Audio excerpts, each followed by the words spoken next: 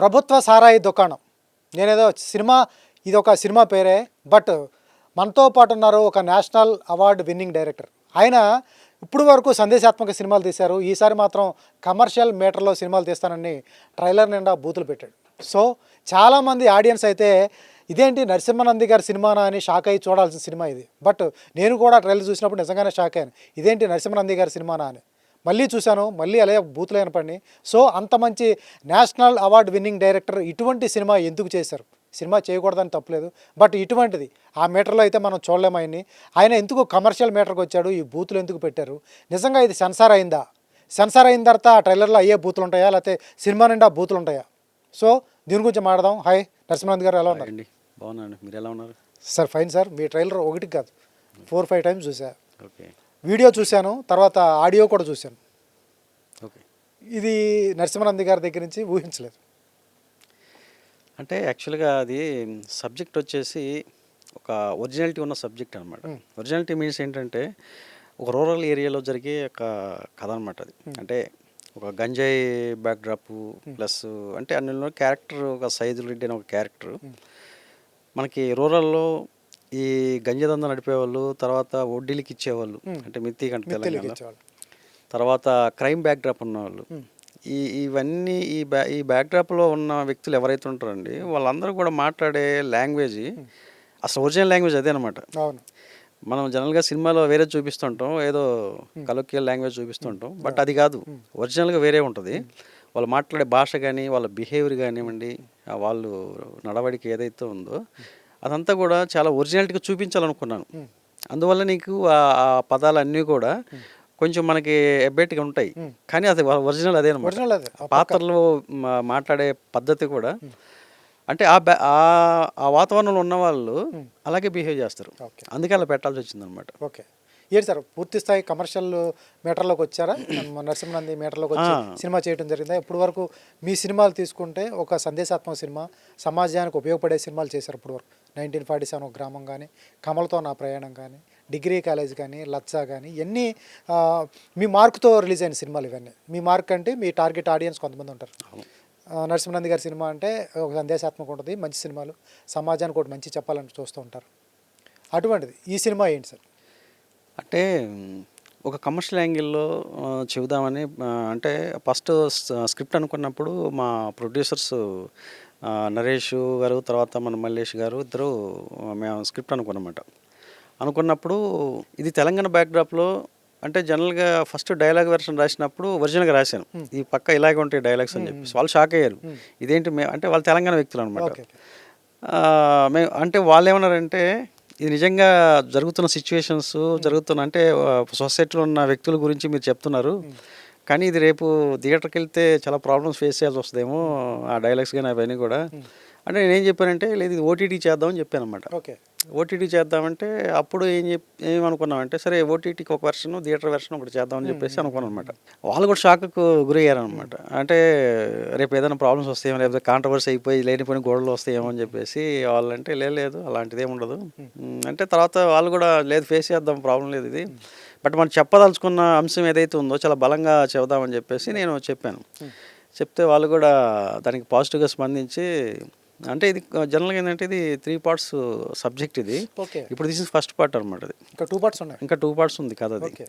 ఇప్పుడు ప్రజెంట్ వచ్చేసి సర్పంచ్ ఆ బ్యాక్డ్రాప్లో జరుగుతుంటుంది అనమాట. అంటే విలేజ్లో ఒక సర్పంచ్ అవడానికి ఏమేమి చేశారు ఏంటి లేడీ గురించి ఈ కథ నేపథ్యంలో జరుగుతుంటుంది అదంతా. సో అందుకని కొంచెం అంటే దీన్ని స్క్రీన్ ప్లే రాసుకునేటప్పుడు కానీ, తర్వాత ఆ డైలాగ్స్ రాసుకునేటప్పుడు కూడా ఇది కొంచెం కమర్షియల్గా వెళ్దాము అంటే, ప్రతిసారి కూడా నా స్క్రిప్ట్లు ఎలా ఉంటాయంటే కొంచెం పొయిట్రీగా ఉంటాయి. ఫస్ట్ ఫిలిం కానివ్వండి, సెకండ్ ఫిలిం కమలతో నా ప్రయాణం కానివ్వండి, లజ్జా కానీ, ఇవన్నీ కూడా ఏంటంటే ఒక బుకిష్ లాంగ్వేజ్లో చాలా పొయిట్రీగా ప్రతి క్యారెక్టర్ కూడా ఆ క్యారెక్టరైజేషన్స్ ఎలా ఉండాలి, ఏంటి, ఎలా మాట్లాడాలి, ఎలాగా బిహేవ్ చేయాలి, ఇవన్నీ కూడా చాలా పొయిట్రీగా రాసుకుంటాను.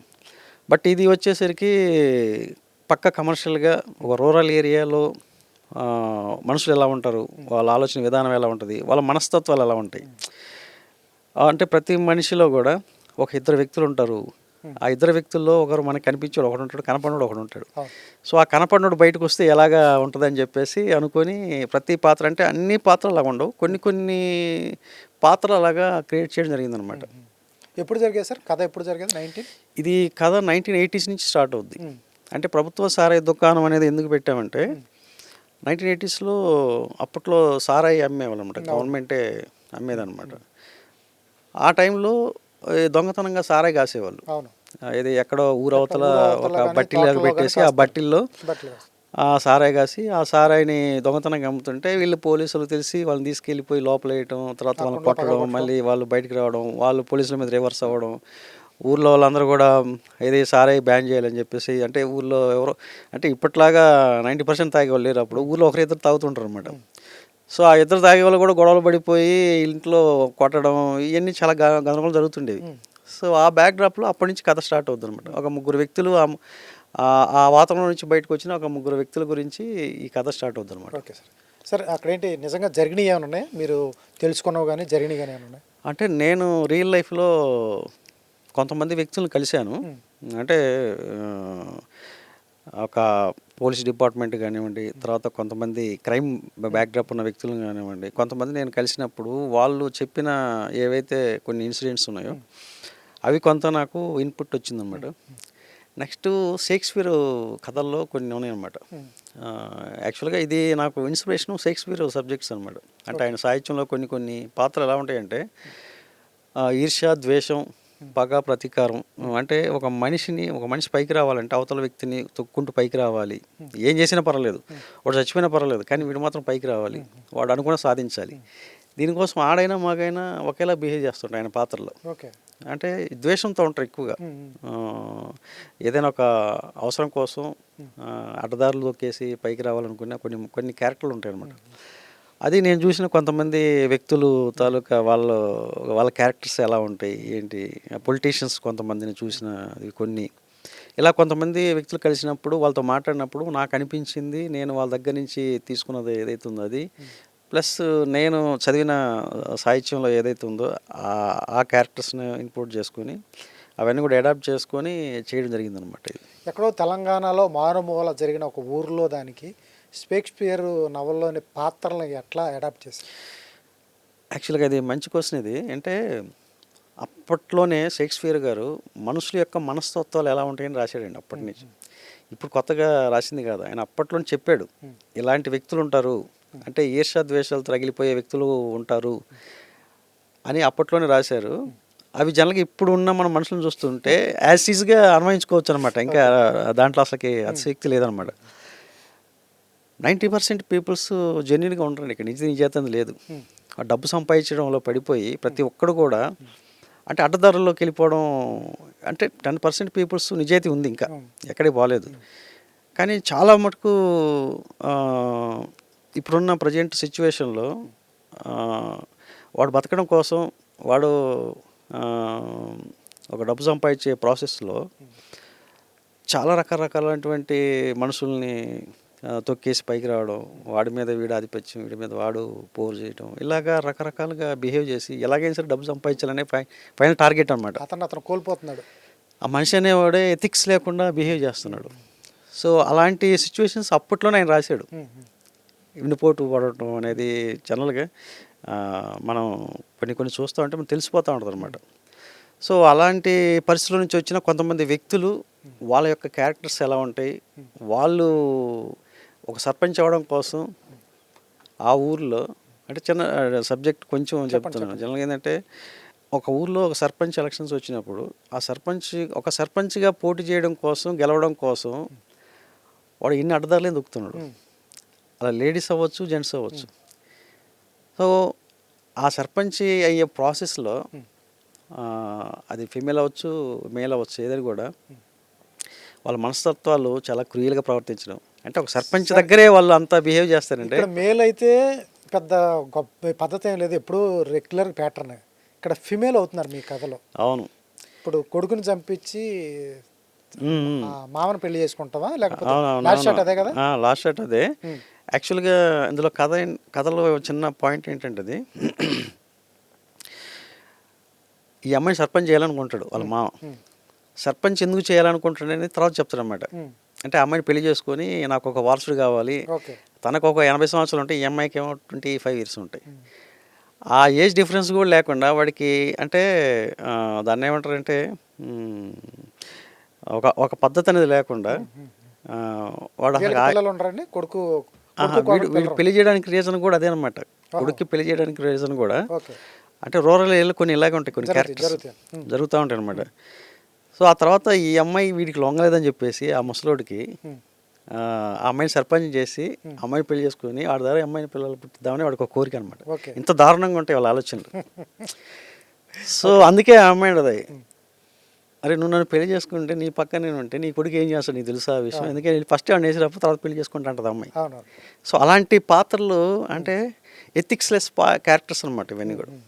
సో అలాంటి సిచ్యువేషన్స్ ఉన్న బ్యాక్డ్రాప్లో ఉంటుంది అనమాట కథ అంతా కూడా.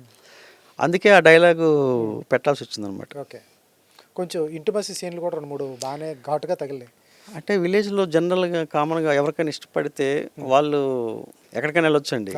ఎందుకంటే అది జనరల్గా మనం పాల సినిమాలు కూడా చూస్తూ ఉంటాం. వాళ్ళు గుడిసెలోకి వెళ్తారా, లేకపోతే పంప్ సెట్లోకి వెళ్తారా, లేకపోతే తోటల్లోకి వెళ్తారా, రోడ్లోకి వెళ్తారా, అది వాళ్ళ అండర్స్టాండింగ్ బట్టి ఉంటుంది అనమాట. Okay, okay. అది జనరల్గా జరిగాయి అన్నీ కూడా.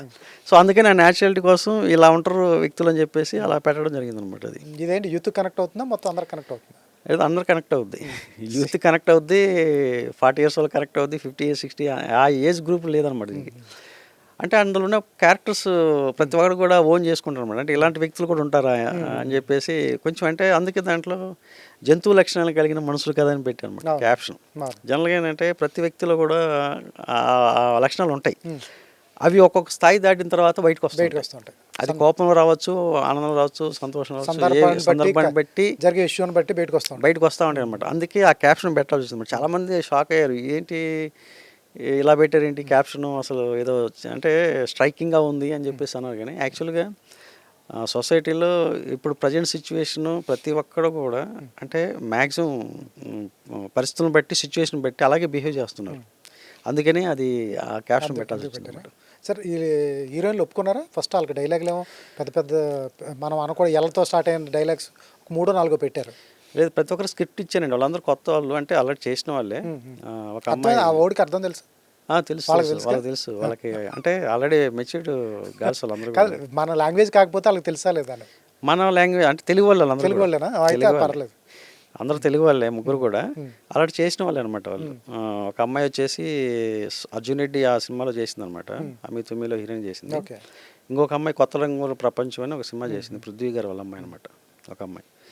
ఇంకొక అమ్మాయి వచ్చేసి తెలుగు తమిళ లాంగ్వేజ్లో చేసింది అనమాట.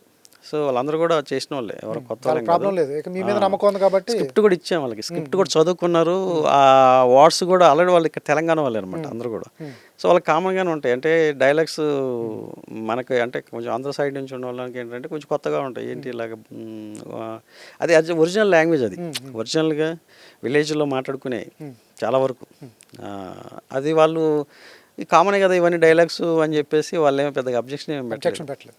సార్ ఒకటి, మనం చికెన్ తింటున్నామని మెల్ల వేసుకోవటాలు కానీ, తర్వాత ఊర్లో జరిగే కొన్ని విషయాలు ఉంటాయి, పంపు సెట్ల దగ్గర జరిగే విషయాలు ఉంటాయి, వేరే మనం ప్రైవేట్గా మాట్లాడుకున్నప్పుడు కొన్ని తిట్టుకుంటాం, బూతులు తింటాం, అవన్నీ తీసుకొచ్చి పబ్లిక్ ప్లాట్ఫామ్లో పెట్టడం, రెస్పెక్టివ్ ప్లాట్ఫామ్స్లో, ఇదంటే డబ్బులు ఇచ్చి కొనుక్కొని చూసే సినిమాలో పెట్టడం, ఇది ఎంతవరకు?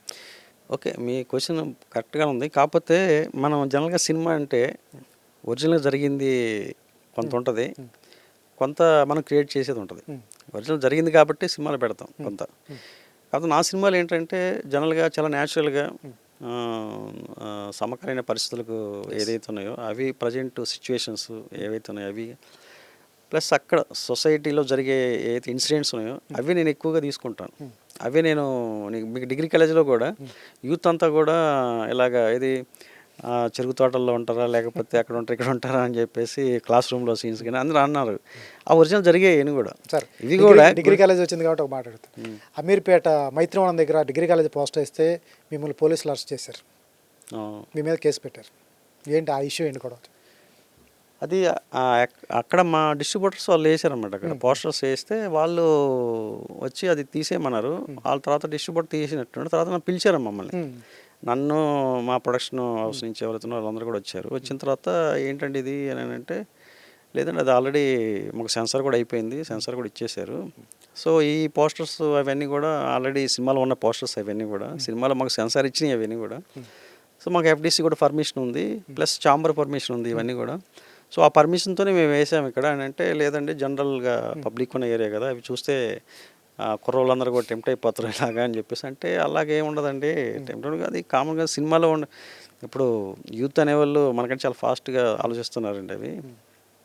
అవన్నీ కామన్గా అందరూ చూసేయను బయట, అవే వేసాం, కొత్తగా ఏమీ లేదు మేము అని చెప్పేసి అంటే, లేదు అబ్జెక్షనబుల్గా ఉన్నాయి అని అంటే, సరే మీ ఇష్టం, మీరు ఒకవేళ తీసేయాలనుకుంటే తీసేయండి, లేకపోతే మీ ఇష్టం అని చెప్పేసి చెప్పామన్నమాట. తర్వాత వాళ్ళు తీసేసారు అవన్నీ కూడా. తీసారా? అదే డిగ్రీ కాలేజీకి విద్యార్థులు కానీ మహిళా సంఘాలు కానీ ఇబ్బంది పెట్టారు మిమ్మల్ని? కొంచెం బాగానే ఇబ్బంది పెట్టారు వాళ్ళు ఆ టైంలో. ఏంటి, ఎందుకని అంటే అది అప్పట్లో అదే క్లాస్ రూమ్లో షార్ట్స్ ఉన్నాయి కొన్ని, అంటే వాళ్ళు రొమాన్స్ చేసుకోవడం కానీ అవన్నీ కూడా వాళ్ళు చూసి, క్లాస్ రూమ్లో ఇలా చేస్తారా మీరు, క్లాస్ రూమ్లో ఏంటి అసలుకి, మనకు దేవాలయం లాంటిది కదా అని చెప్పేసి అంటే, అప్పుడు నేను ఒక సమాధానం చెప్పాను అనమాట. అది బయట జరిగేది తీసే, నేను కొత్తగా ఏం తీయలేదు. బయట జనరల్గా క్లాస్ రూమ్లో అమ్మాయిలు అబ్బాయిలు ముద్దు పెట్టుకోవడం కానీ, తర్వాత వాళ్ళు రొమాన్స్ చేసుకోవడం, ఇవన్నీ కూడా చాలా వరకు ఉన్నాయి. మన వీడియోలో కూడా చాలా చూసాము అవి. నేను అదే దీంట్లో తీసుకొచ్చి పెట్టాను, నేనేం కొత్తగా చూపించలేదు. చెరుకు తోటలు అంటారా, అవి కామన్గా విలేజ్లో జరుగుతూ ఉంటాయి ఇవన్నీ కూడా. సో అవి నేను ఎక్కడ కూడా క్రియేట్ చేయలేదు, ఉన్నది తీసుకొచ్చి పెట్టాను, ఉన్నది తీసుకొచ్చి చేశాను నేను. నాకు కొంత అంటే స్టోరీ పరంగా నాకు అందులో ఏదైతే సిచ్యువేషన్స్ ఉన్నాయో అవన్నీ కూడా ఆ డిమాండ్ చేయబట్టి నేను ఆ కథలో అవన్నీ కూడా పొందపరచడం జరిగిందని చెప్పాను. కన్వే అయ్యారు సార్? సినిమా చూసిన తర్వాత వాళ్ళు ఇంకేం మాట్లాడలేదు. అంటే సినిమా రిలీజ్ ముందు మాత్రం వాళ్ళందరూ కూడా ఇలా చేయడం రాంగ్ అని చెప్పేసి వాళ్ళందరూ కూడా వాళ్ళ ధర్నాలు, వాళ్ళు రాస్తారోకళ్ళు చేశారు, మొత్తం పోస్టర్లు తగలబెట్టడం, తర్వాత డైరెక్టర్ని ఇలా చేయాలి అలా చేయాలి, ఇలాంటివి కూడా జరిగినాయి అనమాట. సినిమా చూసి వన్స్ మార్నింగ్ షో అయిపోయిన తర్వాత వాళ్ళు కన్విన్స్ అయ్యారు, కరెక్టే కదా, వాళ్ళు తప్పే ఉంది ఇందులో అని చెప్పేసి వాళ్ళే కన్విన్స్ అయ్యి మళ్ళీ కేసులు కూడా వాపసు తీసుకుని వచ్చారు. సూపర్. అది ప్రమోషనల్ స్ట్రాటజీయా లేకపోతే రియల్? అది ప్రమోషన్, అది రియలేనండి. అది ఎందుకంటే వాళ్ళు అంటే పర్టికులర్గా అవి ఏదైతే ఆ ట్రైలర్లో ఉన్న షార్ట్స్ ఏదైతే ఉన్నాయో వాటి మీద వాళ్ళు వెళ్ళారనమాట, రియాక్ట్ అయ్యారు అంతే. అది ఒరిజినల్గా జరిగింది. అది అసలు ప్రమోషన్ నాకు సంబంధం లేదు. యాక్చువల్గా ఏంటంటే జీవిత గారు వచ్చి ఆ రోజు ఏదో అన్నారు ఆ మాట అనేసరికి అది కాస్త ఏదో వైరల్ అయిపోయింది, అలా వెళ్ళిపోయి అది చిలికి గాలివాన్ అయింది. అంతేగాని నాకు అసలు ఇది ఎలా అవుతుందో కూడా నాకు కూడా తెలియదు. అది అలా జరిగిపోయింది అనమాట. సార్, ఈ ప్రభుత్వ సారాయి దుకాణం, ఈ బూతులు సెన్సార్డ్ వెర్షను పబ్లిక్ ప్లాట్ఫామ్లో పెట్టారు. దీనికి ట్రైలర్ కూడా సెన్సార్ అయిందా లేదా? దీనికి లేదు, ట్రైలర్ సెన్సార్ అవ్వలేదు ఇంకా. ట్రైలర్ సెన్సార్ అవ్వలేదు, బట్ మామూలుగా పబ్లిక్ ప్లాట్ఫామ్లో పెడతాం కదా, అలాగే మామూలుగా యూట్యూబ్లో వాటిలో పెట్టింది అనమాట. అది ఏం సెన్సార్ చేయలేదు. ఒకవేళ సెన్సార్ చేసి సినిమాలో మీరు ఏదైతే ఉన్నాయో లాంగ్వేజ్ అయినా కట్ చేయమంటే ఏంటి పరిస్థితి? అంటే కొన్నిటికి నేను చెప్తాను, కన్విన్స్ చేస్తాను ఇలాగ అని చెప్పేసి సెన్సార్ వాళ్ళకి కూడా. లేదు కంపల్సరీ క్లోజ్ చేయాలి, డైలాగ్స్ మ్యూట్ చేయాలంటే అప్పుడు ఆలోచిస్తాను అనమాట. మ్యాక్సిమం వరకు అయితే చెప్పడం వరకు ట్రై చేస్తాను నేను. ఎందుకంటే ప్రతి సినిమా నేను చేసేది చాలా న్యాచురల్గా ఉంటుంది, బయట జరిగే ఏవైతే ఉన్నాయో ఇవన్నీ కూడా నేను సినిమాలో పొందపరుస్తుంటాం కాబట్టి వాళ్ళకి చెప్పడం కోసం ట్రై చేస్తాను. ఒప్పుకునే పక్షంలో అప్పుడు తర్వాత థియేటరా ఓటీటీ? థియేటర్కేనండి. థియేటర్లోనే ఎక్కువగా, అంటే అది ఒరిజినల్ స్ట్రాంగ్ లాంగ్వేజ్ ఇది జనరల్గా చెప్పాలంటే. చాలా తెలంగాణలో తెలంగాణ రూరల్ ఏరియాలో ఒరిజినల్ లాంగ్వేజ్ ఇది. మనం జనరల్గా అవి బూతులు అంటాం కానివ్వండి, వాళ్ళకేం బూతులు కాదు అవి, ఒరిజినల్గా మాట్లాడేది. కోపం వస్తే ఏమంటారండి, లంజోడకంటారు, సారీ. ఇది ఒరిజినల్గా ఎవరైనా కూడా తెలంగాణ భాషలో మాట్లాడే ఉంటుంది కోపం వస్తే. మామూలుగా అయితే మామూలుగా ఏంద్రా అది, కానీ అవతల వాడు తప్పు చేసినప్పుడు వీడు రియాక్ట్ అయ్యే విధానం వేరే ఉంటుంది. సో ఇక్కడ ఆ సిచ్యువేషన్లో వాడు తప్పు చేయబట్టే వీళ్ళు అలా రియాక్ట్ అవుతారు, అలాగే మాట్లాడతారు. సార్, తెలంగాణ మాండలికంలో ఇప్పుడు చాలా సినిమాలు తీశారు. ఆ సినిమాలో క్యారెక్టర్లకి చాలామంది కోపాలు వచ్చినాయి. వాళ్ళు ఎవరు ఈ పదాన్ని వాడలా, ఎందుకు వాడలేదు? అందులో ఫిదాలో వాడింది కదండి అమ్మాయి, బాడకో కూడా చాలా రాంగ్ వాడేగా. మరి ఎందుకు వాడింది ఆ పదం అనేది సినిమా చూసిన తర్వాత తెలిసిపోయింది. ఇక్కడ కూడా ఈ అమ్మాయి ఎందుకు వాడిని అన్నది ఈ మాట, అంటే ఒక పొలిటీషియన్ని ఎందుకు వాడింది ఆ పదం అని చెప్పేసి అది చూస్తే కానీ తెలియదు.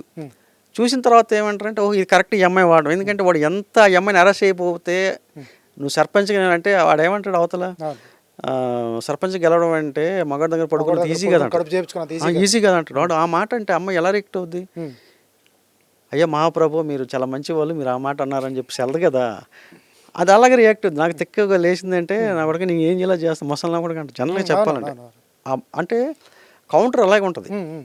నువ్వు అన్న మాటకి కౌంటర్ ఇలా ఇక్కడి నుంచి రియాక్ట్ అవుతారు అనమాట. కరెక్టే సార్. మీ ఎమోషన్ మీ కోర్ ఎమోషన్ ఓకే, మీ కథ రాసుకున్నగా ఓకే, గ్రామీణ ప్రాంతాల్లో భాష వాడే భాష ఓకే, అంతా ఓకే. బట్ ఇది సెన్సార్ ఒకటి ఉంది కాబట్టి వాళ్ళు తీసుకుంటే వాళ్ళు ఏ విధంగా రియాక్ట్ అవుతారు? మీ ఎమోషన్తోనే వాళ్ళు సినిమా చూడరు. అవును. వాళ్ళకు పద్ధతులు ఉంటాయి, పారామీటర్స్ ఉంటాయి, వాళ్ళు జవాబుదారీ ఉంటుంది. ఒక 10 కోట్ల మందికి జవాబుదారీ ఉంటుంది. మీ సినిమా నుంచి నెగిటివిటీ వస్తే కట్ చేయాల్సిన అవసరం వాళ్ళకు ఉంటుంది. వాళ్ళ జాబ్సే అవి కాబట్టి వాళ్ళు ఎలా తీసుకుంటారు? వాళ్ళు అడుగుతారు. అడిగినప్పుడు దానికి నేను కన్విన్స్ చేయాలని చూస్తాను. అంటే అక్కడ సిచ్యువేషన్ బట్టి వాళ్ళు కూడా కొంత తెలుస్తుంది అనమాట. కొన్ని సినిమాలు ఇప్పుడు మనకి సెన్సార్లో నా కొడకనే పదం వదిలేస్తున్నారు చాలా సినిమాలు. చాలా మటుకు కొన్ని బూతులకి లైసెన్స్ ఉంది. మొన్న ఒక సినిమా నానిగారి సినిమా కూడా చేశారు, అలాగే ఒక డైలాగ్ వదిలేశారు. హిట్ 3లో వదిలేశారు. జనరల్గా ఏంటంటే ఆ సిచ్యువేషన్ డిమాండ్ చేస్తే వాళ్ళు కూడా కన్విన్స్ అవుతారు. ఓకే, వాంటెడ్లీ పెట్టాలని చూస్తే మాత్రం కట్ చేయమంటారు. ఓకే. బట్ అక్కడ వాంటెడ్లీ ఎక్కడ ఉండదు. సిచ్యువేషన్ తగ్గట్టుగా అవతల వాడు పర్సన్ బట్టి అవతల రియాక్ట్ అయితే ఓకే ఈ అమ్మాయి రియాక్ట్ అవ్వడం కరెక్ట్గానే ఉందని అని వదిలేస్తారు. మీకు 90% బూతులకి కన్వే అవుతాయి, వదిలేస్తారు. అంటే అన్నీ అని చెప్పను కానీ బట్ కొన్ని చోట్ల మాత్రం నేను పోరాడతాను. కొన్ని చోట్ల మాత్రం మీరు తీస్తే ఇది ఉండదండి, ఎందుకంటే ఉన్న ఏదైతే ఉందో సోల్ మిస్ అయిపోతాం అని చెప్పేసి కన్విన్స్ చేయడానికి మాత్రం చూస్తాం డెఫినెట్గా. Okay sir. ఇప్పుడున్న సర్కమ్స్టాన్సెస్లో పెద్ద హీరోల సినిమాలు సైతం రాని పరిస్థితి ఆడియన్స్. అవును.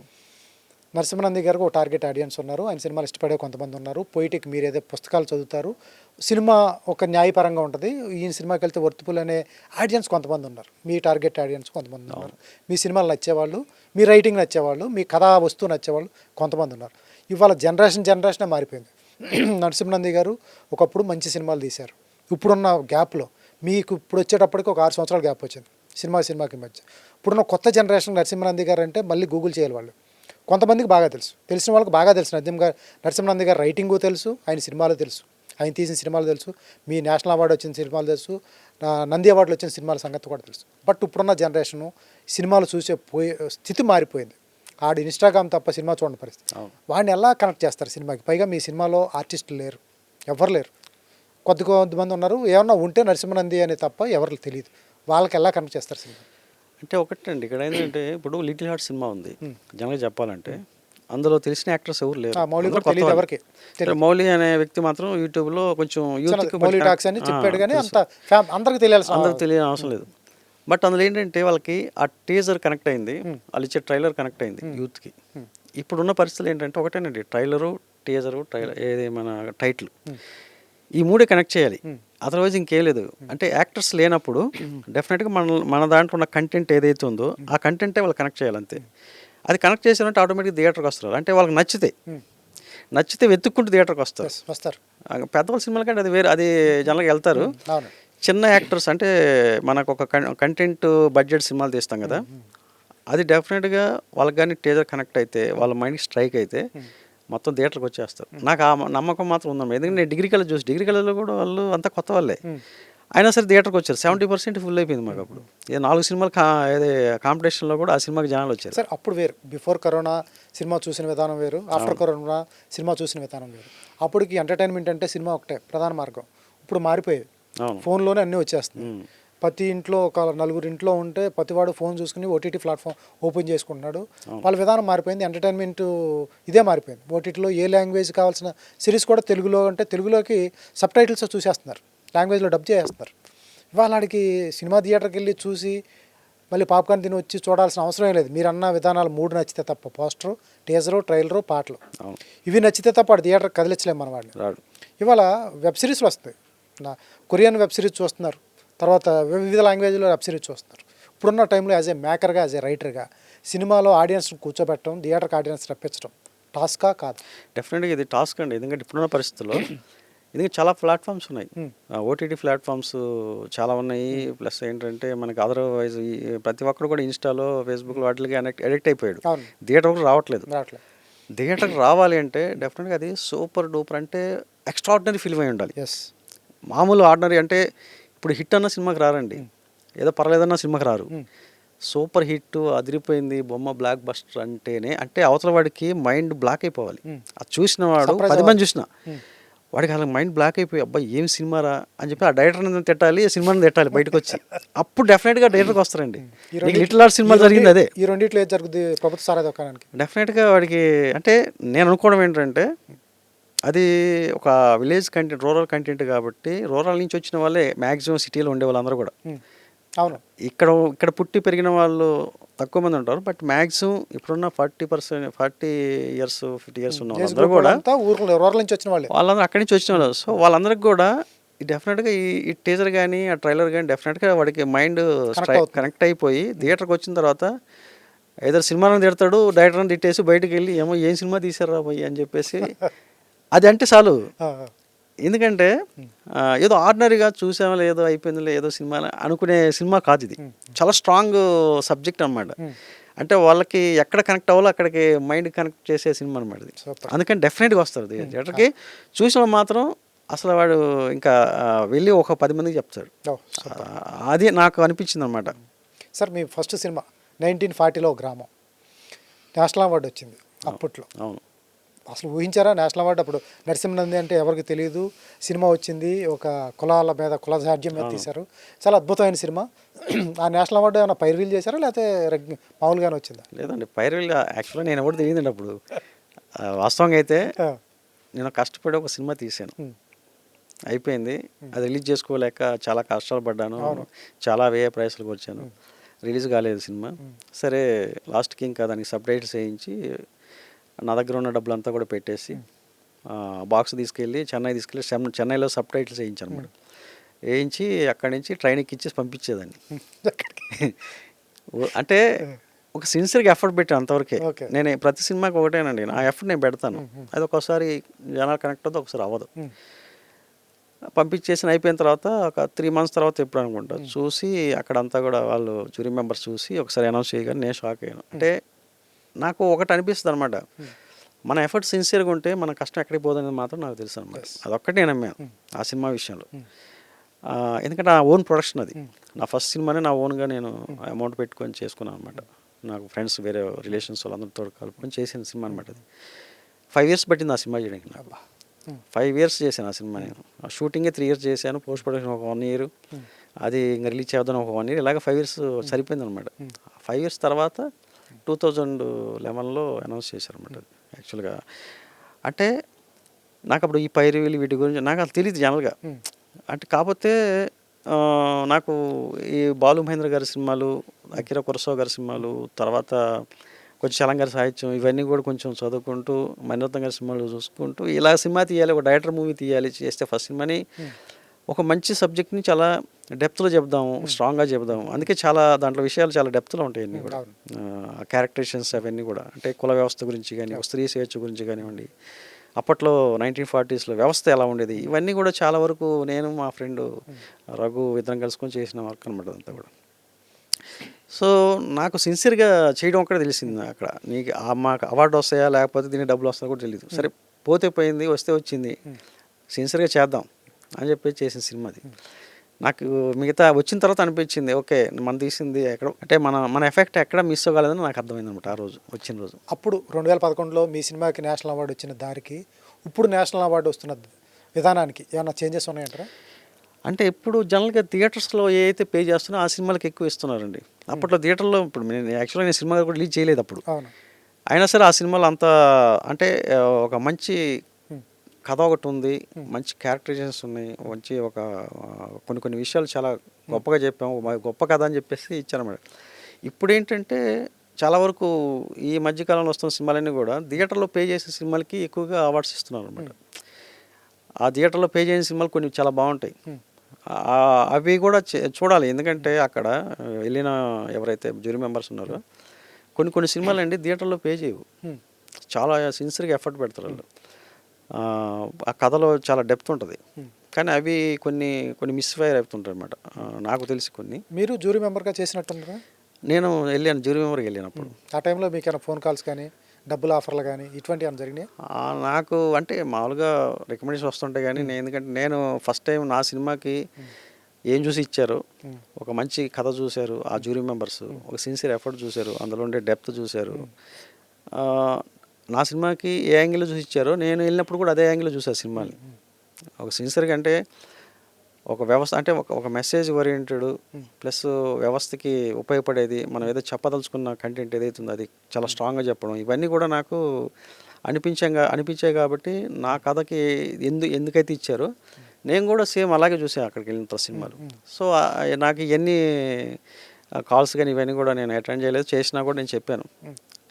నాకు ఒక సిన్సియర్గా నా ఎఫర్ట్ చూసి ఇచ్చారు, నేను కూడా అలాగే ఇక్కడ ఎవడైతే సిన్సియర్గా వర్క్ చేశాడో అలాంటి సినిమాలకి నేను కూడా చేస్తాను, అంతేగాని కమర్షియల్గా హిట్ అయిందనో లేకపోతే ఇంకోటి అని చెప్పేసి నేను ఇవ్వను అని చెప్పేసి నేను చెప్పేసి అనమాట. సార్ గతంలో నంది అవార్డ్స్ కానీ నేషనల్ అవార్డ్స్ కానీ ఒక కమర్షియల్ హింసాత్మక సినిమాలు కానీ ఒక కమర్షియల్ సినిమాలకు కానీ అవార్డ్స్ ఇచ్చేవాళ్ళు కాదు. అవును, అప్పట్లో లేదు. ఇప్పుడు ఎందుకు తయారైంది ఇట్లా? ఎందుకంటే ఒక 10 మందిని ఒక హీరో వచ్చి 10 మందిని నరికినా కూడా ఇచ్చేవాళ్ళు కాదు అది. అవును, హింసాత్మకమైన సినిమాలు కానీ ఇప్పుడు అట్లా జరిగితేనే ఇస్తున్నారు. ఎందుకని అది చేంజ్ చేశానంటే అక్కడికి వెళ్ళిన వ్యక్తులను బట్టి ఉంటుంది. అక్కడ జ్యూరీ మెంబర్గా వెళ్ళిన వ్యక్తులు, వాళ్ళ సెన్సిబిలిటీస్, వాళ్ళు ఆలోచించే విధానం. అంటే నేను చెప్పాను కదా, నేను వెళ్ళినప్పుడు ఎలాగైతే ఆలోచించానో నేను ఇప్పుడు వెళ్ళినా కూడా అలాగే ఆలోచిస్తుంటాను. సో అలాంటి సినిమాలకు వస్తాయి. నేను వెళ్తే డెఫినెట్గా మంచి కంటెంట్ ఓరియంటెడ్ సినిమాలకే డెఫినెట్ నేను రిఫర్ చేసి వస్తాను. ఇప్పుడు మీ 1947 గ్రామ వెళ్తే వస్తా అవార్డు తెలియదు మరి, అది ఇప్పుడు వస్తుందో నాకైతే తెలియదు, రాకపోవచ్చేమో, నేను చెప్పలేను. రాదు, మీరేం చంపరు కదా దాంట్లో, మీ హీరోలు ఎవరు ఉండరు, చంపరు అట్లా అవన్నీ లేవు కదా. మంచి కంటెంట్ ఉంటుంది, కథ కంటెంట్ వద్దు. ఏమో చెప్పలేము ఇప్పుడైతే పరిస్థితి ఎలా ఉంటుంది. అంటే ఇప్పుడు ఏంటంటే అంటే ఇప్పుడు కమర్షియల్గా కాకుండా కూడా మొన్న కలర్ ఫోటో ఒక సినిమాకి వచ్చింది. కొన్ని సినిమాలు కొన్ని మాత్రం చాలా కమర్షియల్గా కత్తులతో నరకడం, చంపిన వాడికి ఇచ్చారనమాట. ఓకే, అది సూపర్ సార్. మీ సినిమాల్లో నాకు బాగా ఇష్టమైంది 1947లో గ్రామం బాగా ఇష్టం. బట్ దానికంటే కూడా నాకెందుకు కమలతో నా ప్రయాణం బాగా కనెక్ట్ అయ్యే సినిమా. చలంగారు మైదానంలోంచి నాకు ఎక్కడో ఆ సోలు చూస్తున్నంతసేపు మీరు చెప్పారు పొయిటిక్గా ఉంటుందని. నిజంగా ప్రతి ఫ్రేమ్ చాలా బ్యూటీగా ఉంటుంది. గోదావరి రోడ్డున వాళ్ళ రొమాన్స్ కానీ అసలు చాలా బాగుంటుంది. ఇప్పుడు నాకు తెలిసి యూత్ ఎవరు చూడకపోతే కమలతో నా ప్రయాణం చూస్తే భలే ఎంజాయ్ చేస్తారు. అవును, ఏంటి ఆ చలంగారి ప్రభావం మీ మీద కానీ మీ రచనలో కానీ ఎంతవరకు ప్రభావం చూపిస్తుంది?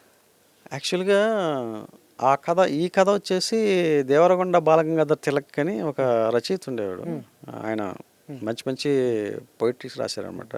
ఆయన కథల్లో ఊరి చివరలో కథ అనమాట ఇది యాక్చువల్గా వేరే వాళ్ళు రైట్స్ తీసుకుని ఏదో మొత్తానికైతే కొంత షూట్ చేసినట్టున్నారు అప్పట్లో, నాకు తెలియదు ఆ విషయం. సరే, నాకు ఆ కథ చదివిన తర్వాత ఈ సినిమాని చాలా బాగా తీయచ్చు అని చెప్పేసి దాన్ని కొంచెం స్క్రీన్ ప్లే చేంజ్ చేసుకున్నాను అనమాట. స్క్రీన్ ప్లే చేంజ్ చేసుకొని కొంచెం క్లైమాక్స్ కూడా చిన్న చేంజ్ చేసుకొని చేశాను అనమాట. బట్ నేను మా డిఓపి ఇద్దరు కలిసి కూర్చొని దీన్ని ఎలాగైనా సరే ఒక టింట్లో చేయాలి, సినిమా అంతా కూడా ఒక కలర్ టింట్లో చేయాలని చెప్పేసి మొత్తం రెయిన్ ఎఫెక్ట్ ఉంటుంది, సినిమా అంతా రెయిన్ ఎఫెక్ట్ ఉంటుంది. సినిమా మొత్తం రెయిన్ ఉంటుంది, ఒక సీన్లో ఉండదు, మిగతా అంతా రెయిన్లో ఉంటుంది. ఆ సీన్ ఎందుకు మిస్ చేశారు? అది ఫ్లాష్ బ్యాక్లోకి వెళ్తుంది. చిన్నప్పుడు ఫ్లాష్ బ్యాక్ ఏదైతే ఉందో అప్పుడు రెయిన్ ఉండదు, ప్రజెంట్ కథ జరిగేటప్పుడు అంతా కూడా రెయిన్ ఉంటుంది. సినిమా మొత్తం రెయిన్ పెట్టారు, సినిమా మొత్తం రెయిన్ ఉంటుంది. చాలా పొయిట్రిక్గా ఉంటుంది. డైలాగ్స్ అన్నీ కూడా మన బుక్స్లో అంటే మన బుక్స్ చదువుతున్నలాగా ఉంటుంది అనమాట. మంచి పుస్తకం చదువుతున్న ఫీలింగ్ ఉంటుంది అనమాట అంతా కూడా. సో అలాగ ఆలోచిస్తే ఆ సినిమాకి అతనికి నంది అవార్డు వచ్చింది, డిఓపికి మురళీమోహన్ రెడ్డి అనమాట. చాలా అద్భుతంగా ఉంటుంది అదంతా కూడా. విజువల్స్ అన్నీ కూడా చాలా పొయిట్రిక్గా ఉంటాయి. ఆ విజువల్స్లో నేను చాలా వరకు పొయిట్రిక్గా ఎక్స్ప్రెస్ చేశాను అనమాట. చాలా ఫ్రేమ్కి ఒక అర్థం ఉంటుంది దాంట్లో. సో అందుకే ఆ సినిమాకి నేషనల్ అవార్డు కూడా వెళ్ళింది. మళ్ళీ అక్కడ ఫైనల్కి వచ్చింది ఆ సినిమా కూడా. తర్వాత వేరే సినిమాకి ఇచ్చారనమాట, అది సెకండ్ పొజిషన్ ఉందన్నమాట ఆ టైంలో కూడా. ఓకే. సో నాకు అంటే చలంగారి సాహిత్యం కానివ్వండి, తర్వాత ఇప్పుడు షేక్స్పియర్ సాహిత్యం కానివ్వండి, తర్వాత యండమూరి వీరేంద్ర గారు సాహిత్యం కానివ్వండి, అంటే చదివినప్పుడు కొన్ని మనకి స్ట్రైక్ అవుతూ ఉంటాయి. స్ట్రైక్ అయినప్పుడు ఈ కథని చెప్తే బాగుంటుంది, ఇందులో ఈ అంశం ఉంది, ఈ కథని డెఫినెట్గా ఆడియన్స్కి చెప్తే కనెక్ట్ అవ్వచ్చు అని చెప్పేసి నాకు అనిపించినప్పుడు దాన్ని ఒక స్క్రిప్ట్ లాగా రాసుకొని ఆ తర్వాత నేను చేయడం జరుగుతుంది అన్నమాట. ఈ మధ్యన అక్కడ చూశాను చలంగాది కథ, సుశీల కథని సిగ్గు అని పేరుతో చేస్తాను, అది ఎంతవరకు వచ్చింది? అది ప్రాసెస్లో ఉంది, అది చెయ్యాలన్నమాట. ఆ స్క్రిప్ట్ అది చేస్తున్నాను అన్నమాట ఇంకా. సో ఫైనల్గా ప్రభుత్వ సారాయి దుకాణం వచ్చే నెలలో రిలీజ్ కాబోతుంది. ఎలా ఉండబోతుంది? ఫస్ట్ టైము నరసింహనంది గారి దగ్గర నుంచి ఒక కమర్షియల్ మీటర్లో ఒక సినిమా వస్తుంది. ఇప్పుడున్న సర్కమ్స్టాన్సెస్లో వస్తున్న సినిమా ఇది ఎలా ఉండబోతుంది? ఆడియన్స్ని ఎలా అలరించబోతుంది? ఆడియన్స్ అన్నీ వదులుకుని చాలా సినిమాలు చూస్తుంటారు, ఎంగేజింగ్ ఉంటారు. ఇవన్నీ చూసి లేదు నరసింహనంది గారి సినిమా వస్తుంది, గ్రామంలో జరిగే కథ కాబట్టి చూడాలి అంటే వాళ్ళకి నచ్చే ఎలిమెంట్స్ ఏముంటాయి? అంటే ఇందులో వచ్చేసి ప్రతి క్యారెక్టర్ని అంటే ఓన్ చేసుకోరు కానీ ఎంజాయ్ చేస్తుంటాడు చూసి. అంటే వాళ్ళు గేమ్ ప్లే చేసుకుంటూ ఉంటారు. అందరూ కూడా విలేజ్ ఆ ఒక ఊర్లో ఉండే ప్రతి క్యారెక్టర్ కూడా రిలేషన్స్ ఉంటారన్నమాట. అందరూ కూడా ఒక 2 గ్యాంగ్లు అనమాట, గ్యాంగ్స్టర్ సబ్జెక్ట్ అనమాట. Okay okay. 2 గ్యాంగ్లు కూడా రిలేషన్స్ అనమాట. సో ఆ రిలేషన్స్లో వాళ్ళు ఆడే గేమ్లు, వాళ్ళు ఎత్తుకు పైతులు వేసుకోవడం కానివ్వండి, ఆ క్యారెక్టర్స్ అన్నీ కూడా ఒక డిఫరెంట్ వేలో యాక్ట్ చేస్తుంటారు అనమాట. ప్రతి పాత్ర కూడా చాలా ఇంట్రెస్టింగ్ అనిపిస్తూ ఉంటుంది చూసే ప్రేక్షకుడికి ఎవరికైనా సరే. సినిమా చూస్తున్నంతసేపు వాడు దాంట్లో లీనమైపోయి ఎంజాయ్ చేస్తూ ఉంటాడు. ఆ క్యారెక్టర్స్ని వాడు ఓన్ చేసుకోవడం మీన్స్ ఏంటంటే ఇలాంటి వాళ్ళు కూడా సొసైటీలో ఉన్నారా, ఇంకా ఇలాగ మాట్లాడతారా, ఇలాగ బిహేవ్ చేస్తారా, ఇలాగ ఉంటాయి రిలేషన్స్, ఇలాగ మాట్లాడుకుంటారా వీళ్ళు అనేది మనకు కొత్తగా అనిపిస్తూ ఉంటుంది. రెగ్యులర్ సినిమా కాదు, జనరల్గా ఏంటంటే ఇది రెగ్యులర్ ఫార్మాట్ సినిమా కూడా కాదు. అంటే మనకి హిందీలో ఒక మిర్జాపూర్ చూసాం, గ్యాంగ్స్ ఆఫ్ వసైపూర్ సినిమా చూసాం. సో అలాంటి కంటెంట్ అనమాట, ఆ కైండ్ ఆఫ్ సబ్జెక్ట్ అనమాట. చెప్పాలంటే ఒక పదం చెప్పాలంటే దీన్ని నేను షేక్స్పియర్ గారి రచన నుంచి కొంత అడాప్ట్ చేసుకోవడం జరిగిందనమాట. సో ప్రేక్షకుడికి చూసేవాడికి స్ట్రైక్ అయిపోతూ ఉంటుంది, మైండ్ బ్లాక్ అవుతూ ఉంటుంది. ఆ క్యారెక్టరేషన్స్ ప్లస్ ఆ ట్విస్ట్లు కానీ ప్రతి 15 మినిట్స్కి ఒకసారి భయంకరమైన ట్విస్టులతో నడుతూ ఉంటుంది అనమాట అంతా కూడా కథలో. ఆ ఇంటర్వల్ బ్యాంగ్ కానివ్వండి, సెకండ్ హాఫ్లో వచ్చే ఆ సర్పంచ్ అంటే ఒక రూరల్ ఏరియాలో ఒక అమ్మాయి సర్పంచ్ అవ్వాలంటే ఇద్దరు సర్పంచ్గా పోటీ చేస్తారు అన్నమాట. ఓకే. సో ఆ సర్పంచ్ అవ్వడానికి వీళ్ళు ఎంతకైనా దిగిస్తారు అన్నమాట. ఒక పోలీసు వాడితో పనుకున్న పోలీసు చంపడానికైనా వెనకాడరు, అవతల వాడిని చంపడానికైనా వీళ్ళు వెనకాడరు అనమాట. సో ఆ టైపులో కథ జరుగుతూ ఉంటుంది అనమాట. అందుకే చూసే వాళ్ళకి అందరికి కూడా చాలా డిఫరెంట్గా కొన్ని క్యారెక్టర్స్ రకరకాలుగా బిహేవ్ చేస్తున్నాయి ఏంటి అని చెప్పేసి మనకి ఒక మలయాళ సినిమాలు, తమిళ సినిమాలు చూస్తున్న ఆ ఫీల్ కలుగుతుంటుంది అనమాట. అంటే చిన్న సినిమా పరంగా బడ్జెట్ పక్కన పెడితే కంటెంట్ పరంగా చాలా ఇంట్రెస్టింగ్ ప్లే చేస్తుంటారు అన్నమాట పాత్రలన్నీ కూడా. అది డెఫినెట్గా కనెక్ట్ అవుద్దని చెప్పేసి నేను అనుకుంటున్నాను అనమాట. Super sir, all the best. ఇది నరసింహనంది గారు ప్రభుత్వ సారాయి దుకాణంలోని పాత్రల గురించి చాలా క్షుణ్ణంగా చెప్పారు. ఆ పాత్రలు ఎలా బిహేవ్ చేస్తాయి, రస్టిక్గా ఉంటాయి సినిమాలు, మలయాళం సినిమాలు, తమిళ సినిమాల్లో చూసినట్టు ఉంటాయి కథా వస్తువు. తెలంగాణ గ్రామీణ ప్రాంతంలో ఒక మారుమూల గ్రామంలో ఒక ఇద్దరు ఊర్లో ఉన్న గ్యాంగ్స్టర్స్ అనొచ్చు, లేకపోతే 2 బంధువుల వర్గాల మధ్య చిన్న గొడవ. ఆ గొడవలో ఒక అమ్మాయి ప్రెసిడెంట్ అయితే ఎలా ఉంటుంది అనే దాని మీద కథ అయితే రాశారు. అది ప్రభుత్వ సరాయి దుకాణంతో వస్తుంది. 1980లో జరిగిన బ్యాక్డ్రాప్లో కథ ఇది. దీనికి 2 పార్ట్లు కూడా ఉంటాయని చెప్తున్నారు. సో కథ వస్తే దాని 2 పార్ట్లు 3 పార్ట్లు ఉంటాయి. దీని అంతకంటే ఫస్ట్ మిర్జాపూర్, గ్యాంగ్స్ ఆఫ్ వసైపూర్ ఆ కైండ్ ఆఫ్ స్టోరీ అంటూ కూడా చెప్తున్నారు. సో మీకు వీలుంటే ప్రభుత్వ సారాయి దుకాణం వచ్చే నెలలో రిలీజ్ అవుతుంది. కాకపోతే అక్కడక్కడ బీపులు ఉంటాయి, అవి జాగ్రత్తగా చూడండి. ఎందుకంటే ఈ మధ్యకాలంలో ఓటీటీలో కూడా బీపులు తగులుతున్నాయి, డైరెక్ట్ వచ్చేస్తున్నాయి. సో చూసి సినిమా అయితే ఆయన కైండ్ ఆఫ్ ఆయన రైటింగ్ కానీ ఆయన డైరెక్షన్ శైలి కానీ ఇష్టం ఉన్న వాళ్ళు కంపల్సరీ వెళ్తారు. All the best sir. Thank you sir. పేదవాడి పక్షాన నిలబడతాం, ప్రజా గొంతుకై నినదిస్తాం. వాయిస్ ఆఫ్ వాయిస్లెస్, తెలుగువారి మనస్సాక్షి, సాక్షి టీవీ. సాక్షి టీవీ ప్రసారాల కోసం మీ స్థానిక కేబుల్ ఆపరేటర్ను వెంటనే సంప్రదించండి.